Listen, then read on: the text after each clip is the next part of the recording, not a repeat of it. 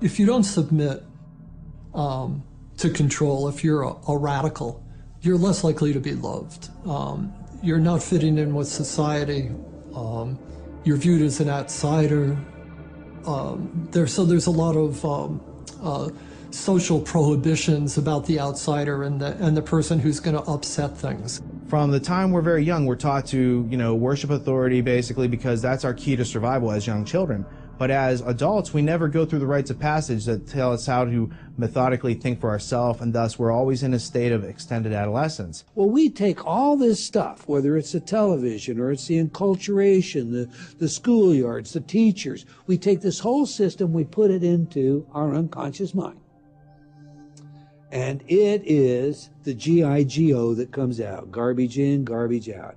We simply, in that computer language, have harnessed our own power by accepting all these beliefs as though they are factual, whether it's the flat earth of Columbus, or it's the idea that I'm not good enough to be or to do something I've dreamed to do.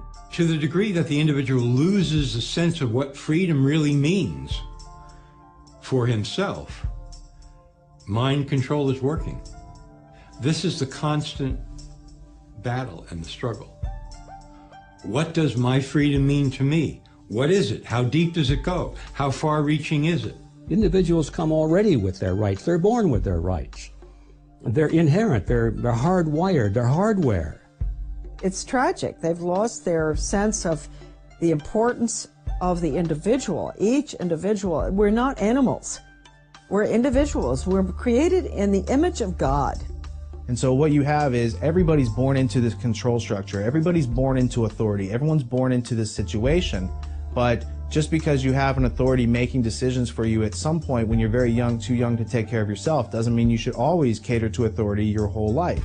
Fatalism, defeatism, what Bob Marley called mental slavery. That's a huge thing that he would sing about. How do we emancipate ourselves from mental slavery? Have we moved to that point of such slavery that we're too far gone?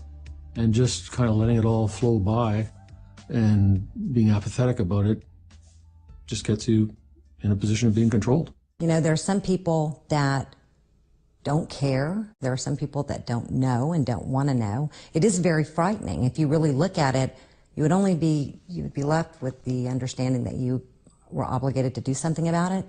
And, people work really hard every day, and they just want to relax and enjoy their life. We have established a framework for the most part, works pretty good. People enter into this contract with society. That contract allows them to follow certain rules and expect certain returns on their investment of working within the framework of the contract. Human beings form habits.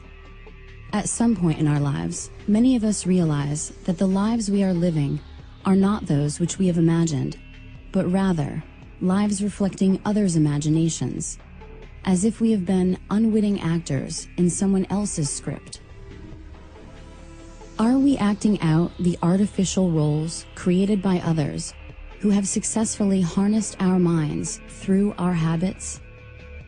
To answer that question, one must first learn how the minds of individuals can be harnessed by systems of psychological control. Are the habits reflected by human beings in direct conflict with their needs to survive and thrive in this world?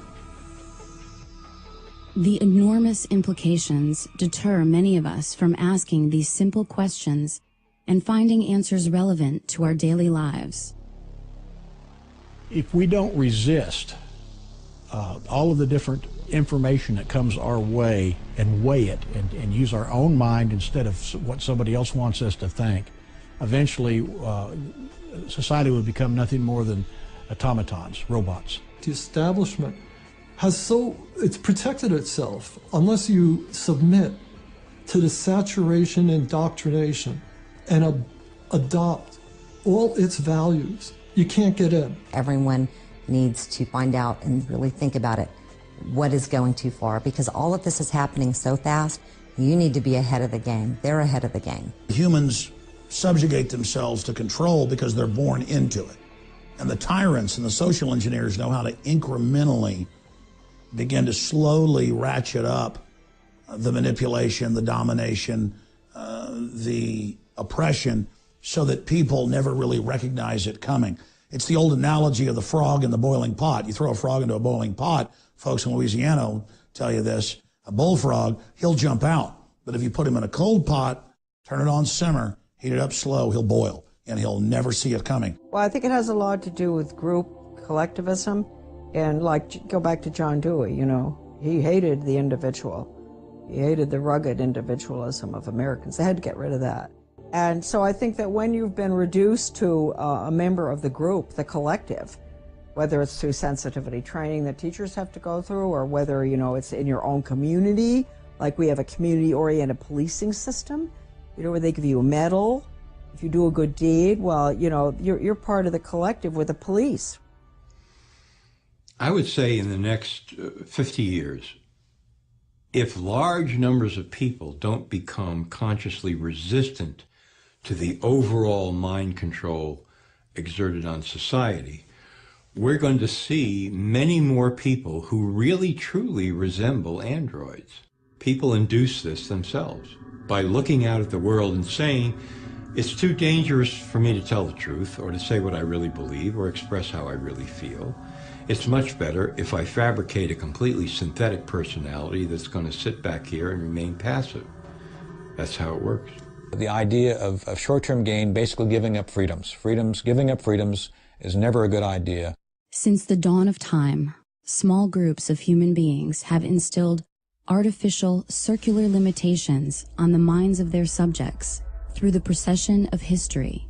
Traditionally, the limitations are imprinted on the servile population through a cunning use of language, instruction, and media for the purposes of conquest, social cohesion, and authoritative order by harnessing the human resources of the broad population.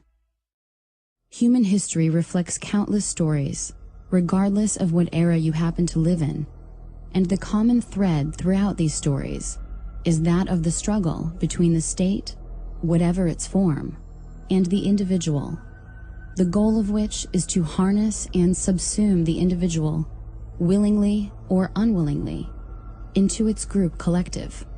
The role of authority is a predatory system that sees the individual basically as a unit of energy. The first forms of mind control go back to prehistory. And you would simply have a priest class that developed technologies of herbs and medicine and had a value to the tribe. But pretty soon the priest class would start studying the sky and when there were solar and lunar eclipses and would say, hey, the sun's not going to come back on this date unless you make me king or unless you give me total control. And the people would say, okay, we saw the eclipse when you said it was coming. You know, the snake god ate the sun of the moon. What do you want? I want your firstborn child. Sacrifice him to me. Every culture does that. Every culture at one time or another demands human sacrifice because that's the state or the priest class demanding absolute, total fealty and submission to it. Mind control has existed since the dawn of time. Only the methods have changed. Elites have always known, if I can control the minds of my people, I control them. Only the technology has changed. It's still the same program. It's never stopped. Sun Tzu, within the works of The Art of War, talk about the fact that if you can understand your enemy so well to the level of where you can psych him out, basically defeat him before you put one boot on the battlefield, you've become a true master of your domain. The Greek author Plato embedded several key characteristics of ruling groups in his monumental work known as The Republic. Therein, he introduces the term cybernetics as a description of steering the ship of state, emphasizing crowd control. Plato memorialized the essence of the scenario used to control individuals to this day, to make them part of the group or state. This is famously known as the allegory of the cave, a useful strategy which is emblematic of the history of mind control. The idea of cybernetics first shows up in Plato's Republic, I believe it's book 6, and in the Greek original text it's read kybernetes. but you can easily discern how this word tied into cybernetics, the control of not only nations, but how the making of individuals into the collective that forms the nations came about. As we've moved through history, every great leader has had to understand the potential of information, the potential of speech, the potential of words, the potential of books. What is a citizen, if not someone willingly or unwillingly participating in the machinations of the state? How would we acquire the habits of citizenship without stimulus from the state and our response to it? Attention! Attention! This is your beloved leader, Og the Exalted. There will be a special giant joy rally today at Og Memorial Stadium.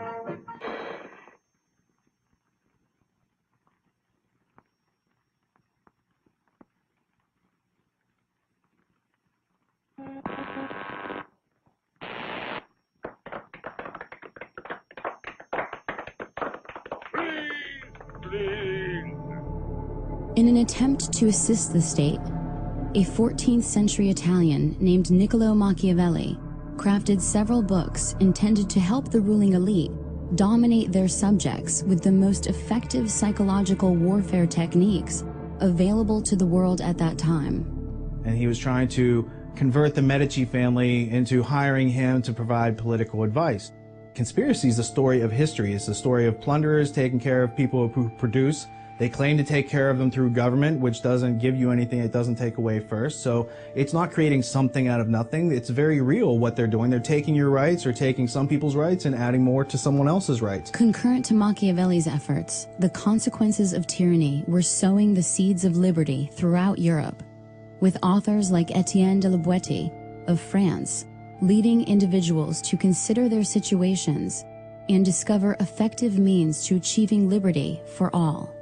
So this whole idea of Machiavelli telling the ruling elite how to do this in a more efficient and effective manner without people directly knowing about it. But his mistake is that these books get out there and other people start to read these books because it's not just the ruling elite. This starts to have an influence in Europe. You've got a character named Etienne de la Boétie who writes a discourse on voluntary servitude. And basically what de la Boétie does is he shows you that everything that Machiavelli told the ruling elite about how to control you is undone when you understand it to the nuts and bolts level, where you can then withdraw your consent, and that only then are you free. We control you. We control your mind. We make you believe you have no creative power. We make you forget you have imagination, which is the core capability from which you can invent your own reality. The myriad components of collectivism combine to form a comprehensive system for transforming the individual into a cog within the machinery of the state. The first step is to remove self-reliance, thus creating dependence on the state or collective. The next step is to create a motivation based on fear of scarcity, as opposed to creativity and productivity. Remove the systems of autonomy, creativity, and self-teaching, which help create individuality in the first place, and the void is filled by the will of the collective. Nature abhors a vacuum, and the mind is no different. Innovative and enigmatic German philosopher of the 19th century, Georg Wilhelm Friedrich Hegel, observed that human history could be manipulated to create a contrived outcome. Hegel's essential observations of the methods by which history may be authored by a small group translate into a world in which an individual's choices may be engineered away from his needs. How to engineer the opinion of the American people so that they would fully endorse, not only endorse, but demand a war. There's another one. Another plane just hit. Oh my God, another plane has just hit. It hit another building. Flew right into the middle of it. Explosion. So it's a problem. The people then beg for it. That's reaction. And then it's solution, which is centralizing more control. Create the problem. People scream. You couldn't impose any solution you want on people. One recent practical example of the use of Hegel's method for control is that of the infamous underwear bomber. I'm Kurt Haskell. I'm a Michigan attorney, and I'm more well known as being the main eyewitness to the underwear bomber event on Christmas Day 2009. I saw two men approach the desk. One looked like a poor African man, or maybe late teenager, and one looked like a wealthier Indian-looking man who had on a tan suit. They were walking together, and I just thought they were a weird pair, and I was wondering why the two were together, and I listened to their conversation as they went up to the desk and talked to the airline worker. When they went up there, just the Indian man spoke, and he said, this man needs to get on the flight, but he doesn't have a passport. And then the airline worker said, well, he can't get on the flight without a passport. And then the Indian man kind of argued with her, saying, well, he's from Sudan, and we do this all the time. The student from Nigeria smuggled explosives onto a flight in his underwear. Prosecutors staged a demonstration of what might have happened, but something went wrong.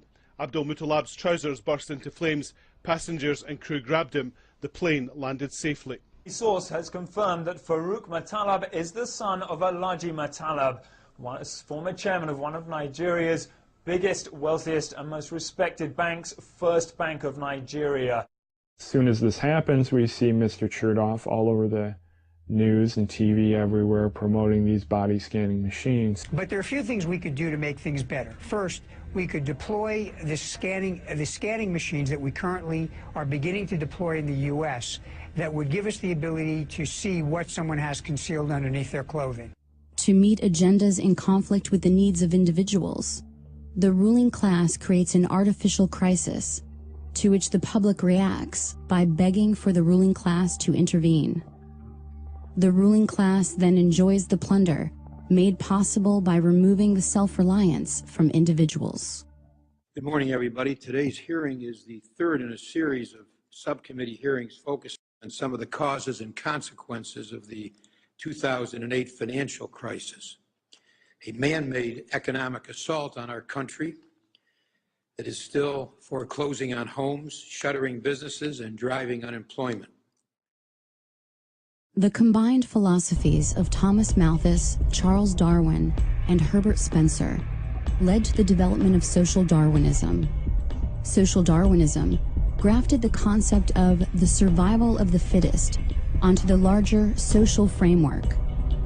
Claims of biological advantages or superiority could then be advanced as justification for future economic policy relating to the poor, and as the basis of Francis Galton's pseudoscience of eugenics in the 20th century. So Darwin comes along about 150 years ago and comes out with his theories on where life comes from, and then it's survival of the fittest, and that the best organisms are able to survive in a competitive environment and move forward in the evolutionary chain.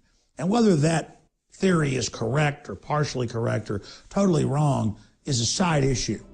The robber barons, the British royalty, the J.P. Morgans of the world publicly adopted the idea of Darwinism and merged it with predatory eugenics. And the eugenicists, who have always been looking for scientific causes to justify their sinning, if you will, that's what they found so useful in Darwin's work, is they said, we've already had this belief system that we're better than you, but we now have science to back it up. Our entire current civilization, what we know as globalism, the New World Order, is based on eugenics scientists that developed their theories in the last 200 years, mainly in England, Germany, and the United States. The entire science of genetics, biometrics, eugenics, computers, all of it came out of the search for a system of total control over humanity. So the issue with eugenics is it claims to be a science of self-adaptation for human species. So it sounds like a great thing if you're an individual. You want to make yourself better. If you reproduce, you want your kids to be strong and survive. However, the people who are doing it are taking and making a bunch of decisions for other people and violating volition and their free will all over the place because that's their modus operandi. In his 1928 book, The Open Conspiracy, former British psychological warfare expert H.G. Wells wrote, "The political world of the open conspiracy must weaken, efface, incorporate, and supersede existing governments. The character of the open conspiracy will then be plainly displayed. It will be a world religion. This large, loose, assimilatory mass of groups and societies will definitely and obviously attempt to swallow up the entire population of the world and become a new human community. The immediate task before all people, a planned world state, is appearing as 1,000 points of light, but generations of propaganda and education may have to precede it." The government of England put massive funding towards the study of humans, and not just medicine, but human behavior. And so all the sciences that the British Empire used on countries that it was attacking and regions it was conquering were also turned inward against their own populations. In 1948, Eric Blair, the British journalist and author who assumed the nom de plume of George Orwell, wrote the iconic dystopian novel 1984.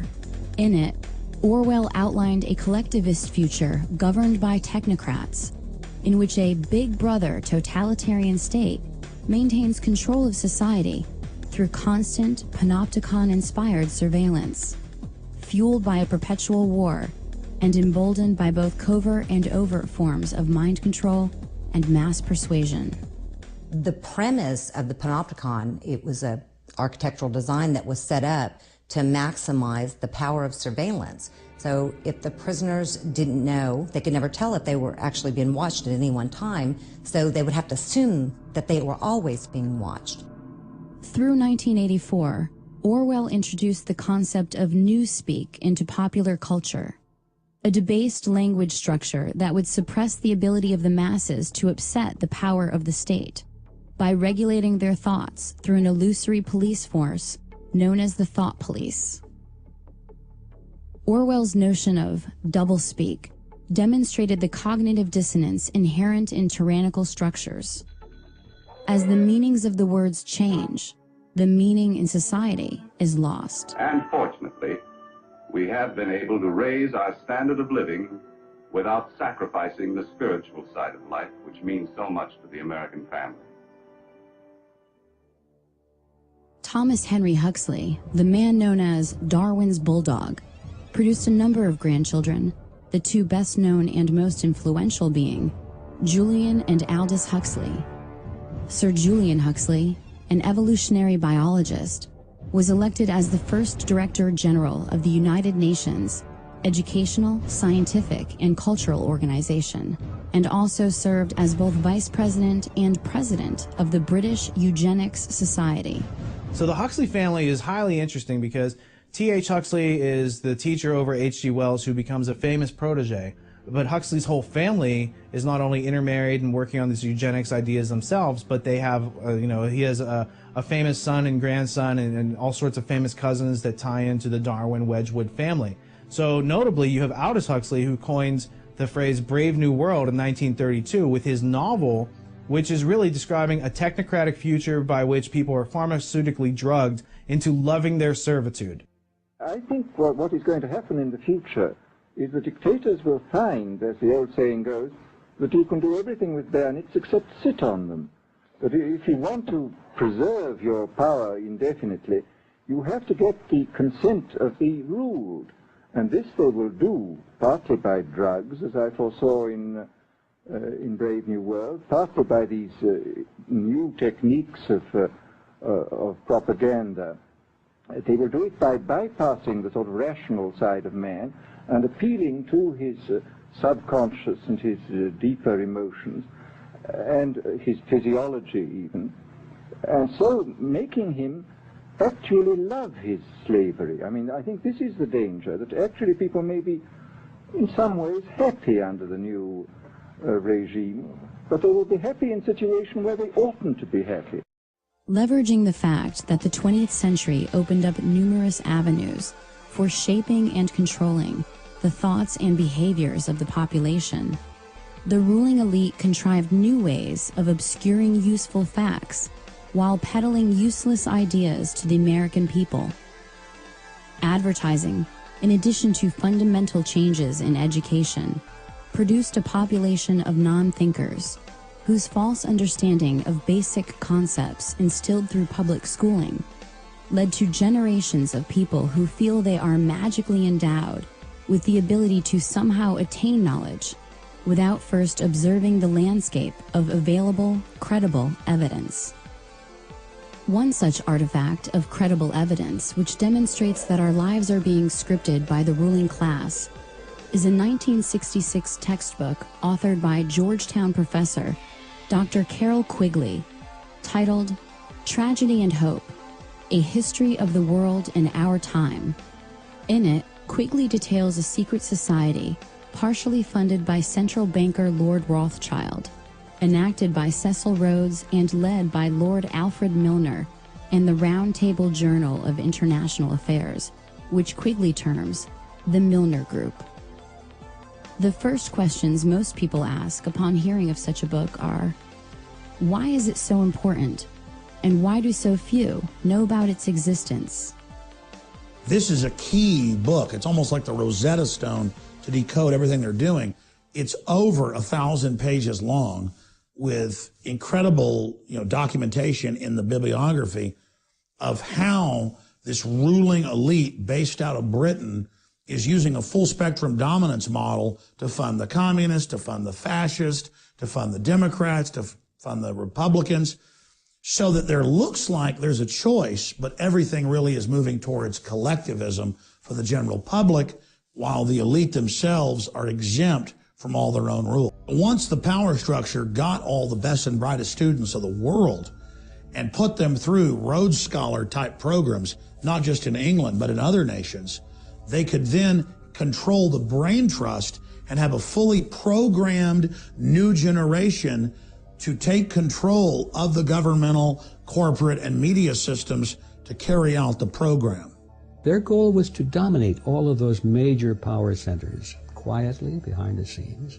And by moving the leadership in a certain direction, then they knew that they could control the masses without the masses even knowing that they're being dominated and led by a very small, powerful elite group.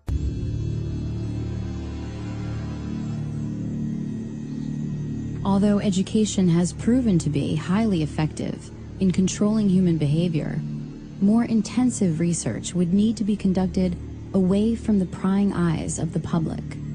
The Tavistock Institute was set up by the British Empire to really study mind control and to scientifically drill down into human behavior and put in textbook form systems of basic control so that could be duplicated out to government and corporate entities. And Tavistock has been involved at every level of social engineering. The Tavistock Clinic was founded in 1920 and operated as part of the Psychological Warfare Division of the British military. It was initially a voluntary outpatient clinic for treatment and research and was made up of general physicians, neurologists, and psychiatrists to facilitate the treatment of neurosis and shell-shocked British soldiers returning home from World War I. Going through their own publications on Amazon, you can find that some of their books cost like $18,000, $20,000. And what that tells me is they don't want the average person to be anywhere near getting their hands on this book, because what it gives you inside those books is the teacher's edition, to use an abstraction, as opposed to the students sitting around the class not knowing what the answers to the questions are. There's a group of people who are being given the answers to all the questions about how we act, react, and how we've been understimulated with curiosity in order to make us more subordinative. You could say much of our world today is the world of the Tavistock Institute and Edward Bernays. Having been instrumental in the Tavistock Clinic and director of the Tavistock Institute of Human Relations, it was former officer and consulting psychiatrist to the British Army, John Rawlings Rees, who created the concept of the psychological shock troops, or culture warriors, a federation of psychiatrists, which he intended to disperse across the globe to make it, quote, possible for people of every social group to have treatment when they need it, even when they do not wish it, without it being necessary to invoke law. The Tavistock Institute's influence did not stop simply at social psychology. Kurt Lewin, former head of Britain's Psychological Warfare Bureau, was a German refugee who became the founder of modern social psychology in the 20th century. An early consultant to the OSS and an influential researcher with the Tavistock Institute in the area of management thinking and action research, specifically focused on the tactics of managing change within society.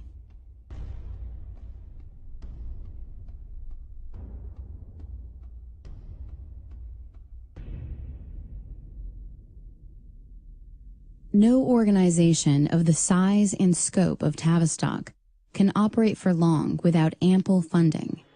From whom is that funding derived? Certainly no small part comes from the seemingly benign, tax-exempt foundations of the global elite.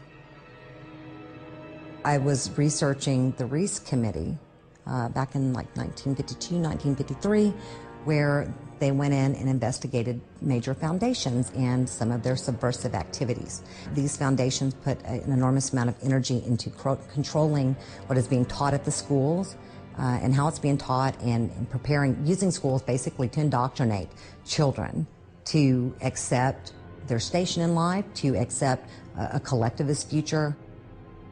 According to Dr. Lily Kay, whose expertise was demonstrated in her 1993 book, The Molecular Vision of Life, the Rockefeller Foundation, Caltech, and the New Molecular Biology, the world in which we are living has been molded, shaped, and continues to be directed by an elite establishment of eugenicists, a ruling class fueled by violating the will of others to attain their goals. Nowadays, almost every adult agrees on one basic goal for all students. Schools ought to turn out good citizens. Yes, good citizens. That's right. Absolutely. This country always needs good citizens. The real goal was to change America from an individualist system into a collectivist system, and in which case it could be merged with the rest of the world, and there would be this great new world order that we hear so much about in recent years. The purpose of creating tax-exempt foundations was not just to collect more money, but to invisibly assert influence over the power centers which control the programming of individuals, specifically to breed the self-reliance out of individuals and prepare them for the collectivist lifestyle planned by the ruling class. Their goal: to undermine personal liberty on biological, social, and economic levels. They came together and decided what they were going to do with this money was to gain control of education in America, not for a philanthropic purpose, but to change the thinking of the American people over a generation or two. The globalist social engineers hungered and desired and coveted the power that the liberty in the U.S. had created. They wanted to take it over, and the tax-free foundations wanted to use it as an engine of global domination, and they've done that.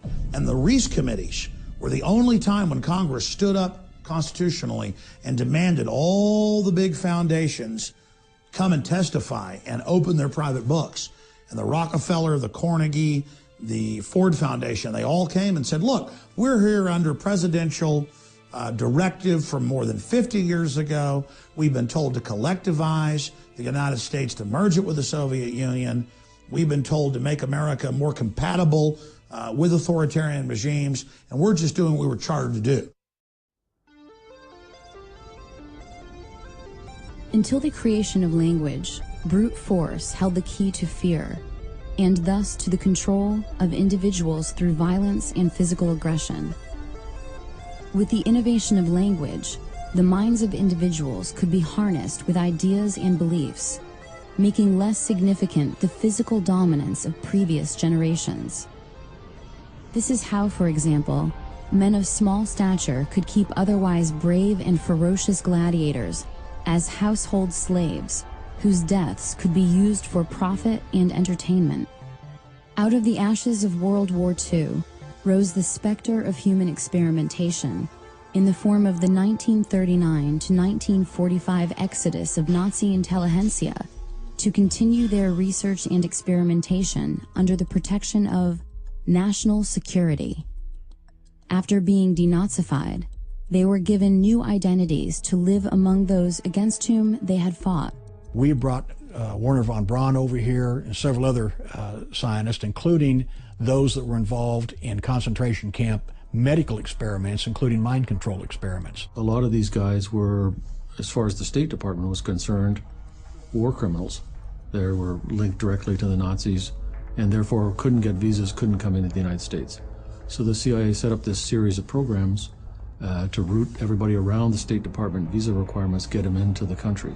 Everybody knows about the race at the end of World War II to get Nazi scientists. The Russians wanted them, the United States and England wanted them. And the United States and England got most of them because the Nazis didn't want to go to the Soviet Union, another authoritarian system. They wanted to go to a, quote, freer system. And like an infection, they came to England, Canada, and the United States. And it wasn't just over NASA and rocketry with Werner von Braun and Goddard and others. It was tens of thousands in mind control and torture and military science and surveillance. And the CIA got modeled to a great extent off of the Gestapo. And so we see really the evil of the Nazis being transplanted back to the United States and England, where the eugenics philosophy that they had embraced had originally sprung. The Office of Strategic Services, the precursor of the CIA, under the direction of William Wild Bill Donovan and Allen Dulles, recruited Nazi scientists and aided their importation into America. Among them were rocket scientist Werner von Braun and the aeronautical physician Hubertus Strughold. The problem that the United States was facing was there was all these German scientists who were kind of in the wind, loose, wasn't clear where they were going to end up. And the French, the British, the Russians, and the Americans were all trying to recruit them. The Germans had developed lots of different advanced weapons. And they'd also done a lot of experimentation on human beings in the concentration camps. So they had a lot of medical data that we didn't have. They had, of course, the rocket scientists and the airplane scientists and all the rest of it. And Paperclip was our version of going into Europe and finding these guys and bringing them to the United States to work. What we're missing in the documentation, we have physicians, aerospace medicine people, film people, ball bearings, projectile experts, all kinds of scientists. We're missing from the story the psychiatrists. But there must have been psychiatrists brought over, in parallel to Strughold under Paperclip. German financing came from America, came from Wall Street, and came from American corporations. Even the political support that Hitler got in Germany was, to some extent, traceable to American influences. Prior to World War II, American financiers, banks, corporations, all decided that there was money to be made in pre-war Germany. After all, they all knew that Germany was preparing to become a military aggressor, and it needed money to construct vehicles of war. They were spending a lot of money designing and building tanks and airplanes and military carriers and things like that, submarines, ships, and there was money to be made. And so Wall Street and some of the largest corporations like AT&T and even Ford Motor Company got very much involved with the Nazi regime. The experiment that went on became known as Nazi Germany starts in World War I and the Versailles Treaty in Paris 1919, basically giving the Germans the short end of the stick, giving them war reparations that they can't possibly pay, totally unrealistic. Now, this famous German banker named Helmar Schacht gets together with a guy from the Bank of England named Montague Norman, and they create something in 1932 called the Bank for International Settlements. And they use this as a clearinghouse for all the national debts, but really it's being used to launder money. What you find then is that same group, Helmar Schacht, becomes Hitler's banker.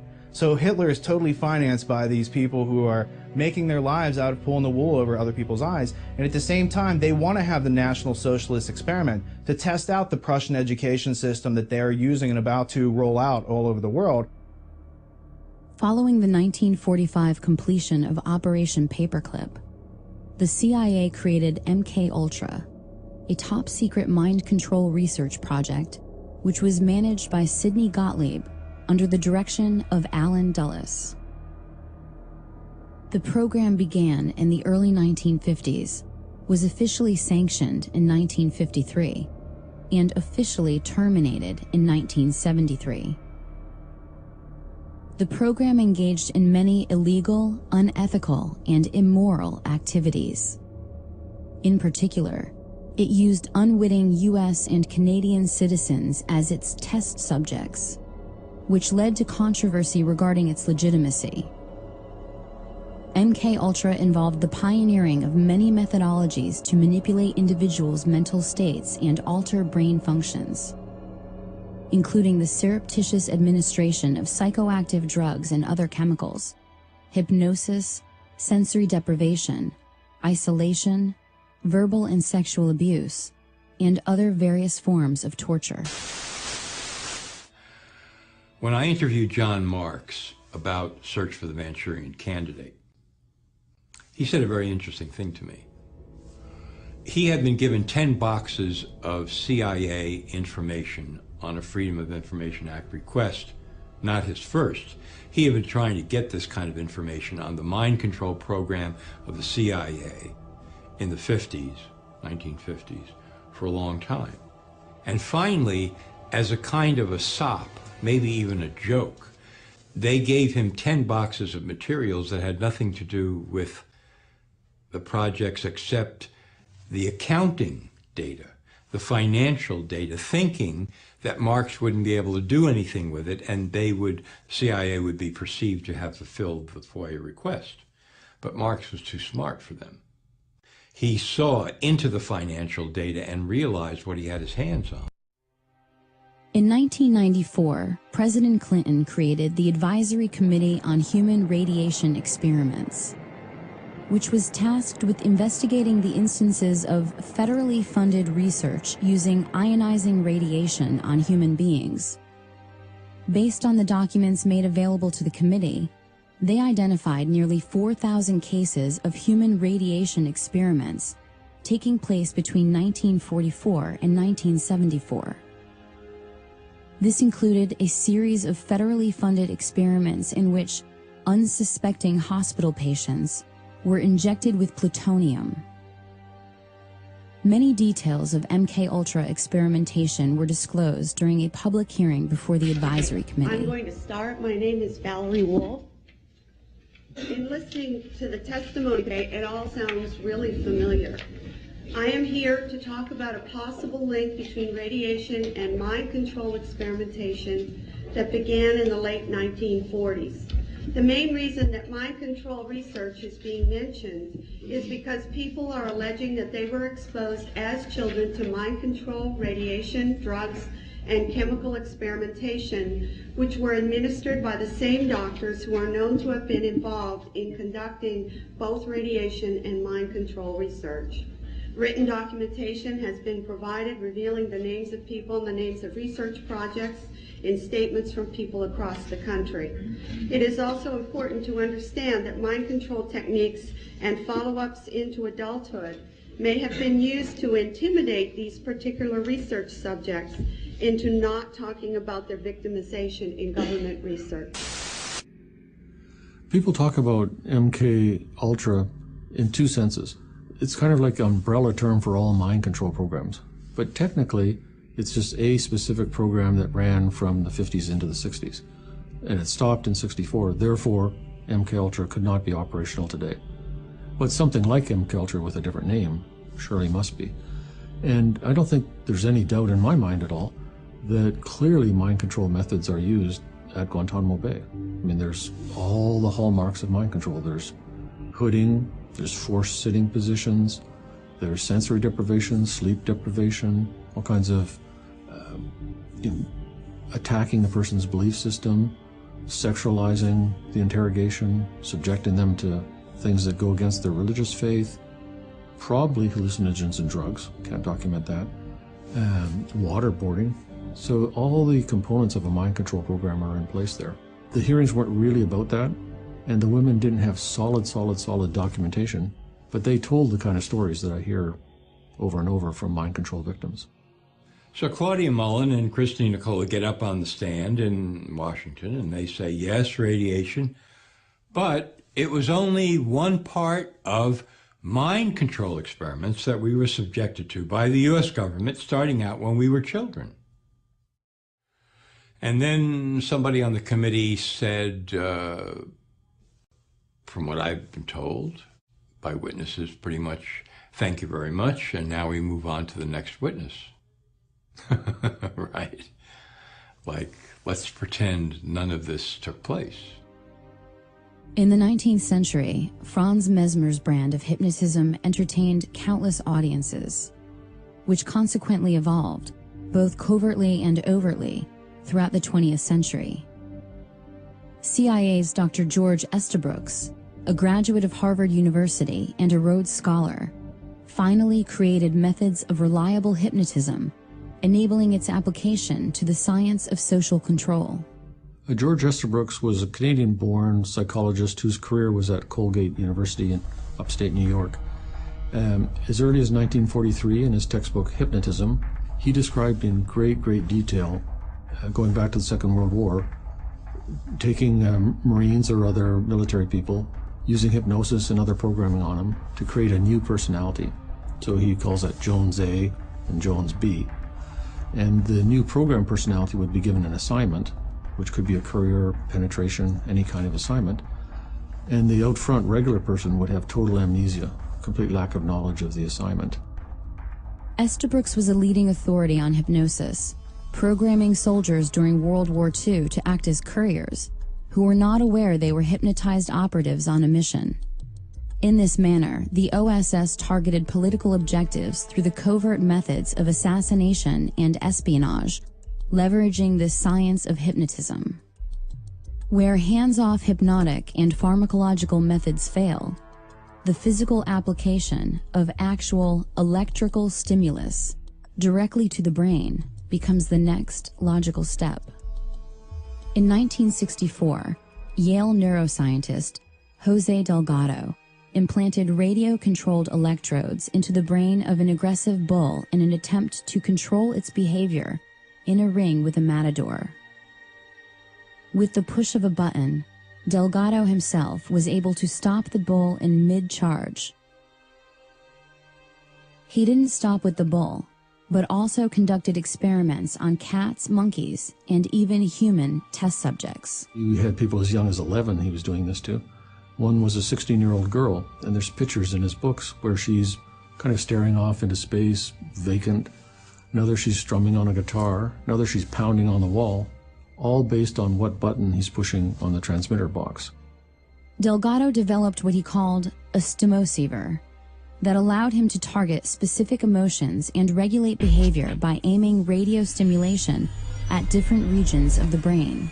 His idea of the future is, and this he was totally serious about and described in detail, we're going to put electrodes in the entire population, except probably Dr. Delgado himself, and a few elite generals, and we're going to control the entire population.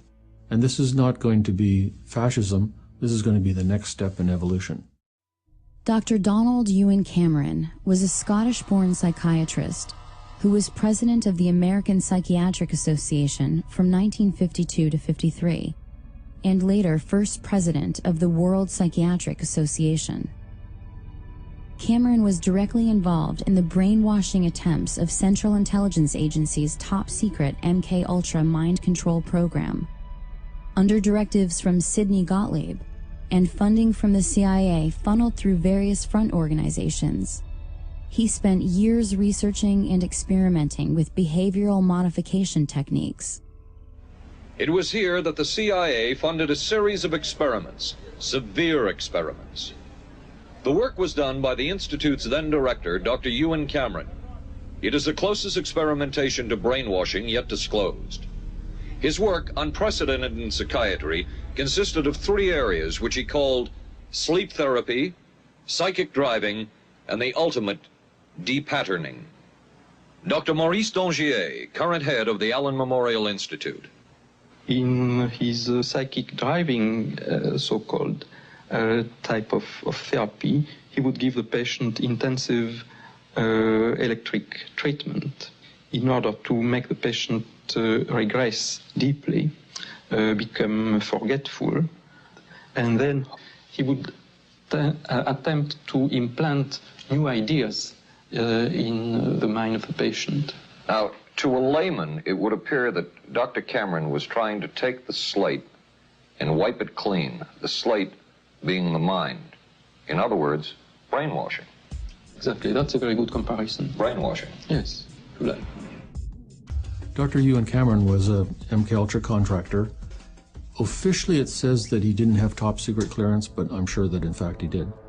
The reason I say that is he was at different times president of the Quebec Psychiatric Association, the Canadian Psychiatric Association, the Society of Biological Psychiatry, and the World Psychiatric Association. Ewan Cameron was the most famous psychiatrist in the world during the 1950s. You name a psychiatric association of any size or scope, he was the president of it. He became a psychiatrist. In fact, at one time he was the president of the World Psychiatric Foundation, and he ended up immigrating over here from Scotland and was working in Canada under Sid Gottlieb, and he headed up one of the projects dealing with LSD and with different types of mind control projects that he had, especially hypnosis. His experiments were basically, there's kind of 2 components to it. One is psychic driving, and the other is depatterning. So depatterning is you give massive amounts of electric shock to the person, like 100+ treatments, with 6 times the usual amount of electricity per treatment. Completely wipe their minds out, so they don't know who they are, where they are, they don't recognize their children. And then once they're in that state, you can add on barbiturates and other drugs, keep them asleep for weeks at a time, or kind of like half asleep, and then play tape loops over and over and over and over. That's the psychic driving. And the tape loops will be in the doctor's voice or the person's voice, and this is all supposed to program a new personality. It has been alleged in some cases that Cameron held patients against their will for weeks at a time, drugged and unconscious, under the threat of being committed to an institution for life if they did not participate in his treatments. He began a program of torture, and I don't use the word lightly, on patients who had no idea this is why they were coming to him. They were people who came to him for therapy, for help, and he experimented on them as a torturer would to create new personalities. Cameron operated with Rockefeller funding at the Allen Memorial Institute in Montreal, Quebec, where he contended that it was first necessary to depattern the minds of his patients in order for them to have a shot at recovery. He also participated in the Nuremberg trials of 1945, interviewing many of the top Nazi defendants. After World War II and the creation of the CIA, the need for a truth drug and drugs that could perform, that the CIA could use for other purposes, increased. They turned to the Bureau of Narcotics and Harry Anslinger. And again, Anslinger anteed up Agent George White to be his lead agent in this program called MKUltra. It started basically in 1952 in New York City. White was working with a CIA officer named Sidney Gottlieb. Gottlieb was chief of the Technical Services Division at the time, and he had access to a lot of LSD. CIA scientists had decided was the drug that they were going to focus on now. Pot wasn't considered quite potent enough to do the things that they wanted to do. White conscripted a couple of federal narcotic agents to help him, a couple of informants, narcotic agent informants to help him, and went into the streets of New York and got a softcore pornographer named Gil White to help him as well. Apparently White had his own sexual perversions. which have been written about. He was into S&M, so he had a couple of qualifications for the job, which went beyond just being a federal agent who could perform these functions. He actually was good at acting out the sorts of things that went on in the drug underworld. In 1953, the program was formalized, and it was called Midnight Climax. And White had a safe house in New York City, which the CIA outfitted with a two-way mirror, with microphones and recording devices, so that White and the CIA scientists could actually film people who had been surreptitiously dosed with LSD. The program expanded beyond merely LSD. And what they found out was that the safe houses themselves were probably the most valuable aspect of this program. Prostitutes that were in their employ that would bring people to these apartments, and they could actually record them while they were doing drugs.